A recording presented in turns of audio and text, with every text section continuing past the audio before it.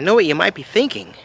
Ken, this is the year to get in shape. You want to lose weight, get in shape, be healthy.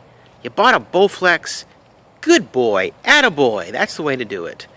But that's not what's happening, I'm sorry. This Bowflex, and all its little pieces and parts, are headed out to another part of the state of Florida, hopefully sometime soon tonight, waiting for my friend to come down that road in a truck. I'm donating it to a family who would like something like this in their home.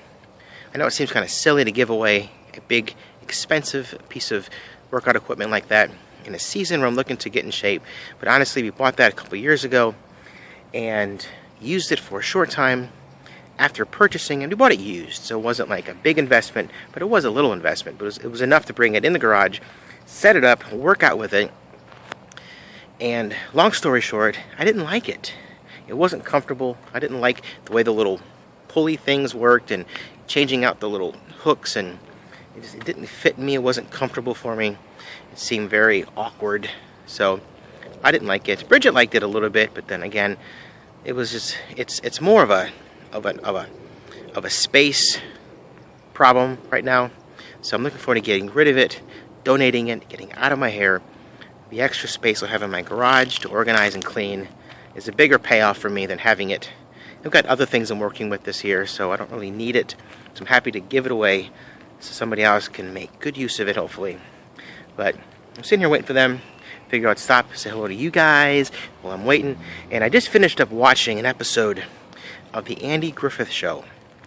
I'm a big fan of that show. I started watching Andy Griffith very young, and I still continue to love it.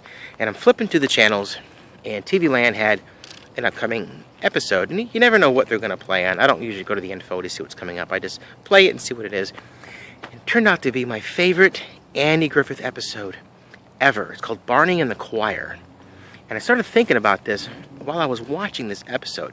For those who don't know, the episode is about Barney Fife, who can't sing. According to his girlfriend Helen, can't sing a lick. But somehow he ends up in the Mayberry Choir on the eve of this great big concert where they're all expected to perform at their best. He can't sing. They all know he can't sing. And they're like, we got to get him out of here. We got to fire him. We got to throw him out. And they're like, no, you can't do that. You can't hurt his feelings. You just kind of have to roll with it. So Andy, in his infinite wisdom, comes with a clever way to keep him in the choir, yet make the choir successful at the same time. So I was thinking about that because right now in reading at my school, my first graders and I are exploring things like author's purpose and the reason why an author would write a story or write a piece of text. And it's kind of the same thing. Okay, the author who wrote that script for the Andy Griffith Show had to sit down with an author's purpose, and I think it'd be fun to bring that episode into my classroom and play it for my students, kind of explore, kind of compare and contrast, you know, the text that you would read in a book and the text that the actors are reading on a script. It's kind of the same thing. It's all entertainment. It's all conveying a purpose, conveying a meaning, a message. What's the message the author is trying to convey? You get the idea. So that might happen. Who knows?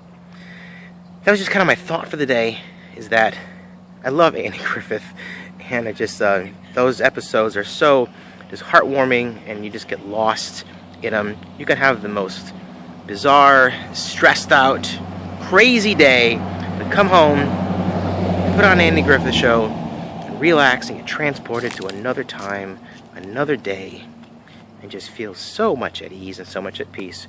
So that's kind of what I got out of it today. Not that today was stressful. It wasn't at all. It was a pretty good day today. I did have to rush home, so I'm going to wash off this beast here. And again, wait for my friend to come down here, pick it up, and skedaddle away with it. Got some soup on the stovetop. I made this amazing soup last night, and I'll have the recipe. I guess I can just tell you, it was really simple. It was the most basic, simple soup I've ever made. There's this company called Better Than Bouillon. It's in the bouillon section of the soup section, and I did that, Better Than Bouillon. It was a vegetarian, vegan bouillon base with frozen mixed vegetables. Mixed it all together, let it come to boil, threw in a handful or two of orzo. Had a great orzo pasta, vegetarian, vegan soup. Pretty cool stuff. So that's leftovers tonight. But just sharing information with you guys, what's going on. So hopefully what you're doing is wonderful and exciting. Any comments on what I have to say, what I've said, let me know. Leave some comments below. And I'll see you guys tomorrow. Thanks for watching and tuning in.